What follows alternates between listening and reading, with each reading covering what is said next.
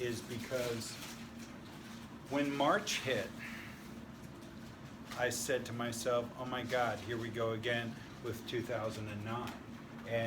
And so my job is to make sure that the pipeline is filled in this office.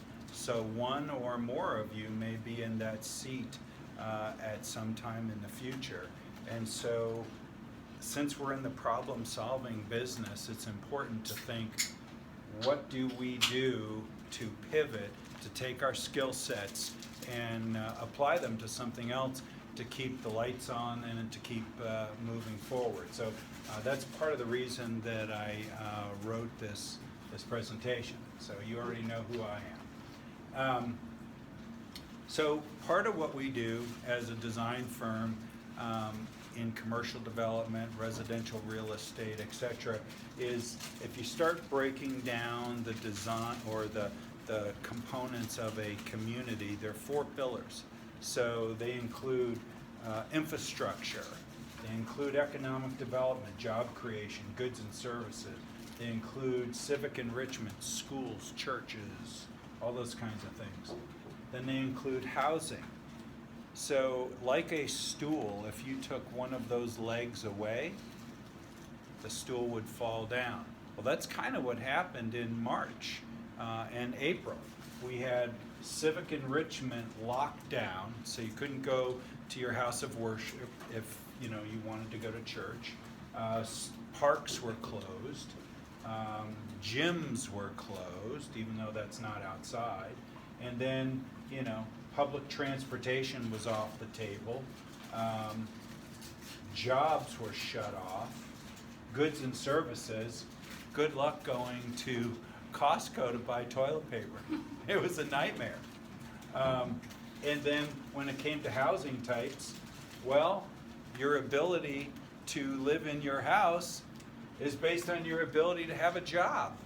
So all of these things tie together. So the metrics on all of this is whether you want to know about business or economics, it's right there, folks. It's all an interwoven sweater. So all of this started making me think, what do we do? Let's start looking at economic uncertainty to add to this. So you've got data hints of, at the time, of deep short recession. I think we're seeing that today. So I did this back in July. So here we are, October. I think we're seeing that.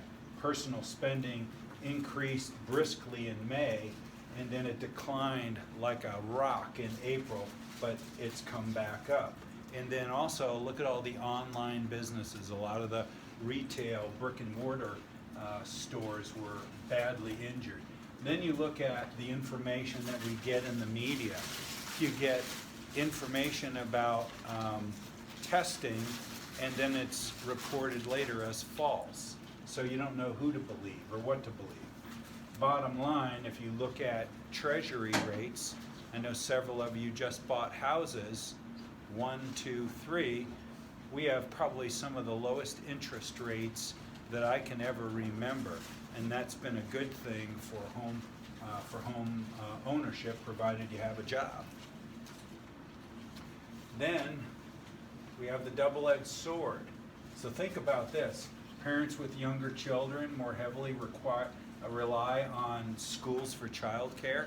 That's a nightmare if you're a 2-income family and you're trying to manage your careers, or worse yet, if you're a single parent and you're trying to manage your career, put food on the table, and deal with child care. Then you've got the difference between the federal government and the state government. I don't know how much people pay attention to this, but the federal government can operate at a deficit.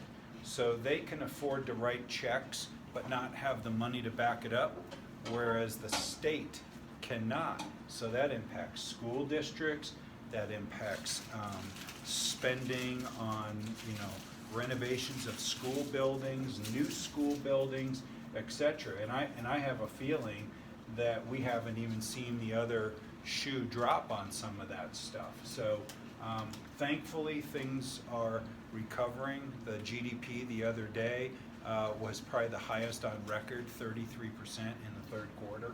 It's usually roughly around 3 or 4%, so that gives you an idea of scale, how quickly things are coming back. So, with all of that said, these are some of the implications of economic downturn. So I tend to put things in buckets if you've worked with me in the studio. So what I started looking at is we have winners in real estate and we have some losers, or maybe some assets in real estate that aren't so great to have at this moment in time during the pandemic. So obviously some of what we've seen with housing, industrial, park and rec, and infrastructure, those kind of projects will keep going. We have low interest rate. Now that I've personally learned that most of our pharmaceutical has been offshored for decades. I didn't know that.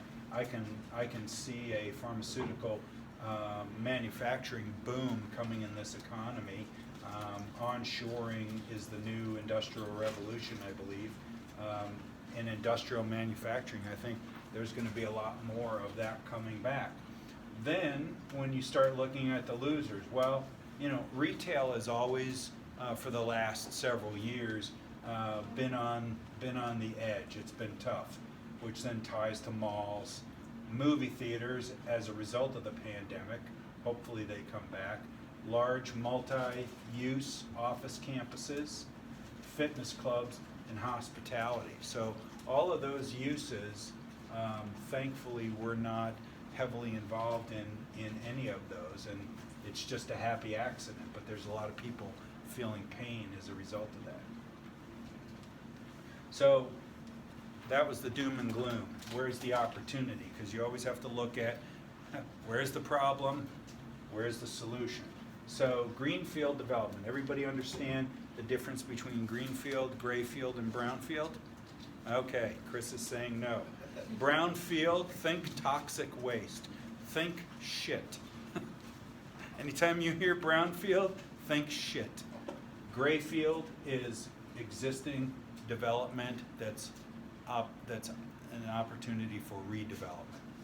And then greenfield is, like it sounds, going out into a farm field down in Parker and doing a brand new master plan community. So, obviously our work with our different housing clients and developer clients in the master plan community space has held on. The saying, build, baby, build, that's kind of what it feels like. Distribution centers and logistics hubs, we have a lot of that kind of work going on, and I think that's going to continue. Pharma manufacturing, large park and open space projects, I see these coming on the horizon. And then again, with low interest rates, we're going to see a lot of public infrastructure work. That's probably long overdue. Anybody drive down I-25 recently and look up and see the bridges, they don't look too safe. I'm always worried about a girder coming down. Then what are the other opportunities? So repositioning. So just because it's not working doesn't mean it's a throwaway. So earlier this year, and I'm going to use it as a case study, we showed how to convert a mall into a place to be, whether it's a town center or you start substituting out some of the retail uses. That's an opportunity. Converting offices into mixed use and rental housing. If you look down the street here at some of the office parks, if the office market went away, what could you repurpose those buildings in? And what stands out to me is ground floor retail type uses and housing up above. Conversion of big box or anchor tenants into other uses, i.e. car dealerships, healthcare, senior centers, bringing back the drive-in theaters. I have a saying, it's called closer, safer together. I don't know if that's true or not, but it sounds good. So look at the massive parking fields at Park Meadows Mall or other shopping centers. Think about a pop-up drive-in theater. You already have the food court, so that's your concession stand. What would it take to add, you know, a beer tap to that and popcorn? Not much. Public infrastructure projects, again, I think that's also an opportunity in Grayfield projects. So I think some of the things that, you know, we're gonna see on the horizon that I've alluded to, bankruptcies and bailouts, some of that's already started with the airline industry, industry and businesses that are shuttered, restaurant industry's been cremated, so has hospitality. I think you'll also see extend and pretend loans where banks extend loans and pretend that your value to loan ratio is still copacetic. I think you'll see large refinancing opportunities. I think you'll also see capital calls on equity. I think if this lawlessness, which has gotten pretty bad, if this continues, you won't see any investment because people don't want to invest into uncertainty. And then I also think because of fear, you're going to see a fair amount of savings where people can versus spending until we get a vaccine or until things turn the corner on the economy. So the opportunities, you got fire sales, potentially lower land prices on infill properties, the lower interest rates are, you can't say enough about that in the real estate space. Value investing and repositioning, that's going to be a big deal. Taking advantage of existing infrastructure so you can plug and play new development into it on underutilized property. 3P projects, so these are some that we've been working on lately with Windsor Station and Gold Key Landing in Longmont. So anybody know what 3P projects are? Some do and some don't. So they're basically where the municipality owns the land and they give that land to the developer and perhaps other incentives like relief from impact fees, building permit fees, and other fees like that, and possibly even grant monies for the purposes of you, Mr. or Miss Developer, come into our town and build a new project so that we don't have a parking lot in the middle of our downtown. So these two things go together with redevelopment opportunities. So I don't think personally that retail's going away. I think it's going to be smaller. It's going to be more like, for those of you that are old enough or young enough to remember the TV show Cheers, I think it's going to be smaller, more personal retail or places that you go where everybody knows your name. I think that's coming back. I think the big box stores like Best Buy will continue, but I think their footprint overall will be diminished with the internet disruption of Jeff Bezos and company at Amazon. Then we have, I think we're going to see fulfillment and distribution centers. That's another use that could happen at malls, because think about it, they're local to where everybody lives. And I thought this back in the 1990s when there were lifestyle centers like Aspen Grove and the footprint of the retail was much smaller. And I always thought, and that was when FedEx was becoming a thing in the 90s, and I always thought, well, you could come into the store, check it out, but then they don't have to have acres of inventory under roof. They could call up the logistics center and it could be either picked up there later on that afternoon or now it's delivered to your house. So that's kind of interesting. I see aging in place and senior community opportunities for malls as an example. And then also I see them being converted to town center and mixed use and housing kind of development and just freshened up and becoming more focused on a variety of things versus going there to just purchase an object. So this was our Holman project up in Tigard. So this was, as those of you that worked on it recall, This is the Sears store at the south end of the mall. Here's, in the site plan, here's the whole mall. Here's Nordstrom's, an existing parking structure, an existing Sears automotive service facility, the store itself. So we've got great visibility. You could repurpose this 180,000 square foot building and turn it into an auto gallery. It really wouldn't matter if it was BMW or a Ford dealership, right? I mean, you're then bringing all kinds of traffic to the mall, which isn't currently happening. So if you think about it, that concept is pretty cool, because what better thing to do than go to the mall after you drop your car off for the brake job, the snow tires, the oil change, whatever, and you can, you know, go have lunch at the Cheesecake Factory or go shopping. So that's kind of fun. So in this case, we brought automotive luxury brands.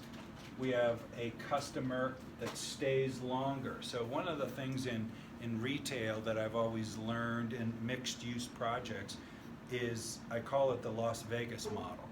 And what does that mean? That means the longer you stay, the more you pay.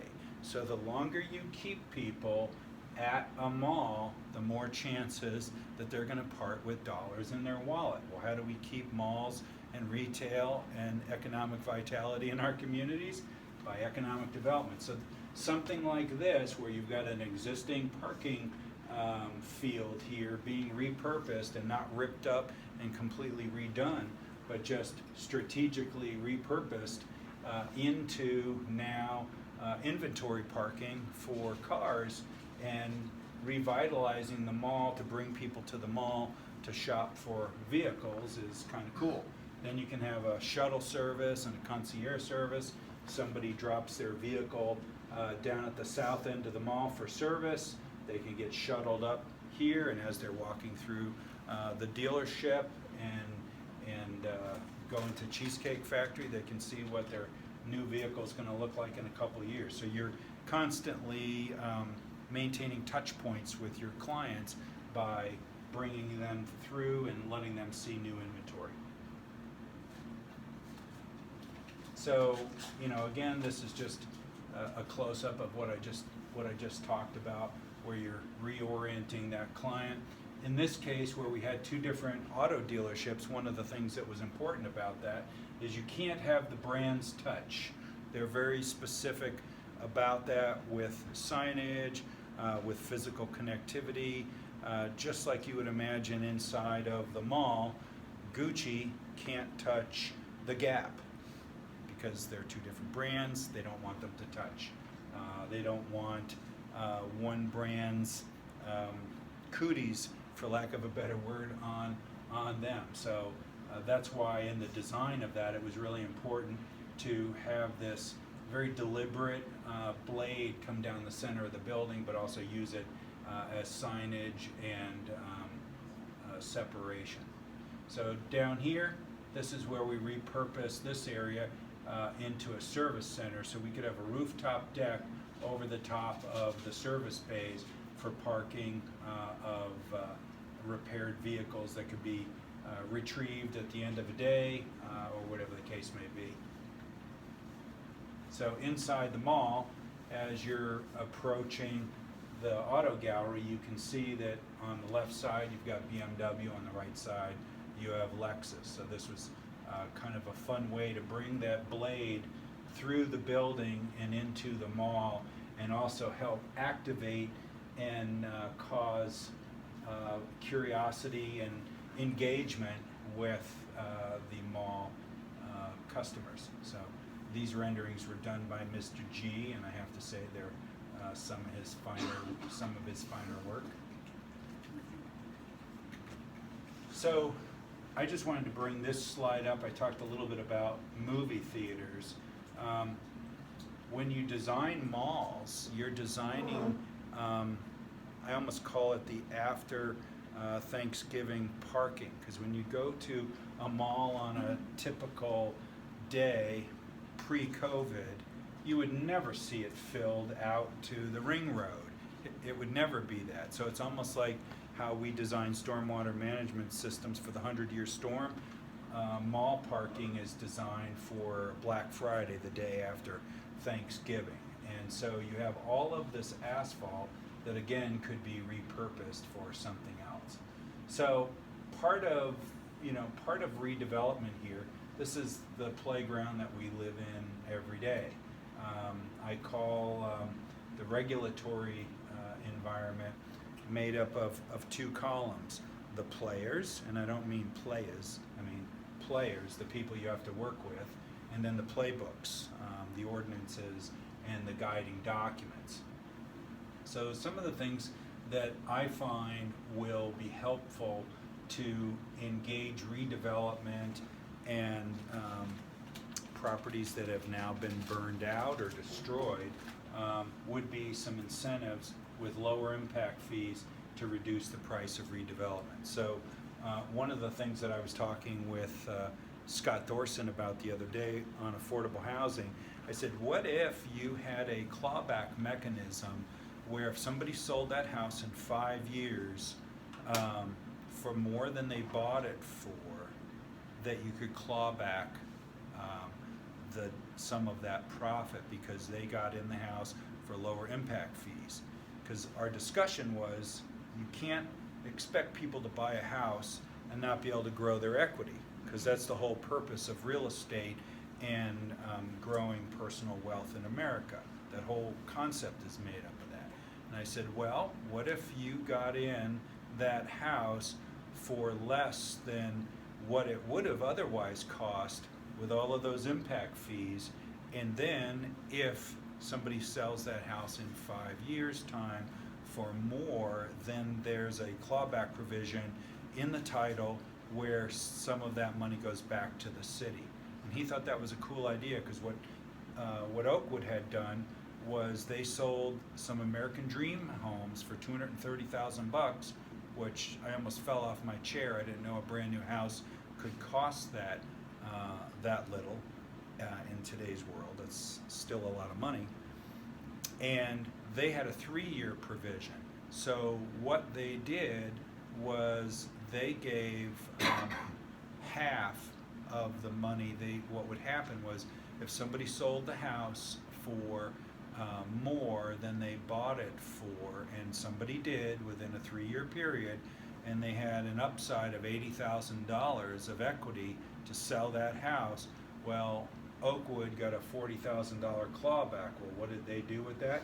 They gave it to CHAFA, which is the Colorado Housing Authority and Finance Enterprise.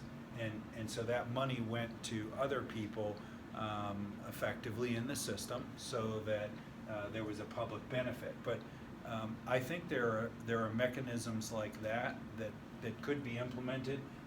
I think this whole thing with cities lowering impact fees and being a participant in affordable housing as an example, that's tough to accomplish. But if affordable housing as an example is to happen, I think those are the kind of mechanisms that need to occur. So, we've got some other ideas here. What if you convert hotels to multifamily housing? We were going to do that in Houston with an old Hilton hotel that was built in the 70s. And when I tell you the construction drawings were about 10 sheets, they really were, for a 40-story building, I think it was. But what we were going to do is convert 2 hotel rooms into a single 1-bedroom apartment for veterans. So that was a project for Guy about 5 or 7 years ago. So this is kind of an upside here where you can redevelop stuff. The other area here, this is a pretty sad number here. 7,000 hotels closed in New York City, 8,000 nationally. So this luxury hotel, I think it's the W in San Francisco, just got taken over by the homeless. So I think that will be in litigation. But there are opportunities where if there isn't a hotel market anymore, there's definitely a housing market. So there may be a way to convert some of these structures into housing. And there's a lot of affordable housing needs in the market. Some of the takeaways, these are things we always say. Make sure your zoning and your entitlements are flexible, because you never know when the next storm is going to come. Develop the correct market for the correct product for the target market. Design for flexibility.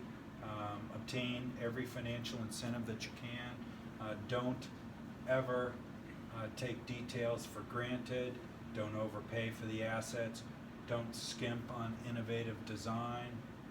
Enter redevelopment projects with your eyes wide open, and never underestimate utility capacity, because you could think you got a great deal on something and realize you have about a half a mile of water line that you have to upsize in order to realize your dream. So that's a wrap. Questions, comments?